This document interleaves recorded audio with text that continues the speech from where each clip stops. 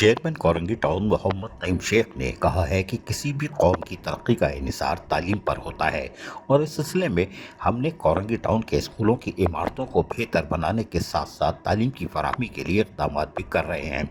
इन ख्यालात का इज़हार चेयरमैन कोरंगी टाउन मोहम्मद नईम शेख ने वाई एरिया में ज़ेर तामीर कैम्ब्रिज स्कूल के दौरे के मौके पर किया। इस मौके पर इनके हमरा इमरान शाह, डायरेक्टर एजुकेशन आसिफ उमर और दीगर महकमा जाती अफसरान भी मौजूद थे। उन्होंने मज़ीद कहा कि हमारी अव्वलीन तरजीह है कि हम कम आमदनी वाले तबके के बच्चों को भी मियारी तालीम हासिल करने के मसावी मौक़े मैसर पहुँचाएँ ताकि वो मुस्तक़बिल में एक बावक़ार और तालीम याफ्ता कौम का हिस्सा बन सकें और कौम और मुल्क का नाम रोशन कर सकें। तालीम एक ऐसा हुनर और ज़ेवर भी है जो किसी भी माशरे को अंधेरों से निकाल कर रोशनियों की तरफ ले जाने में मददगार साबित होता है। दौरे के दौरान स्कूल में जहाँ तज़ीन और आराइश का काम यानी कि जारी था और तेज़ी से जारी था, वहीं पर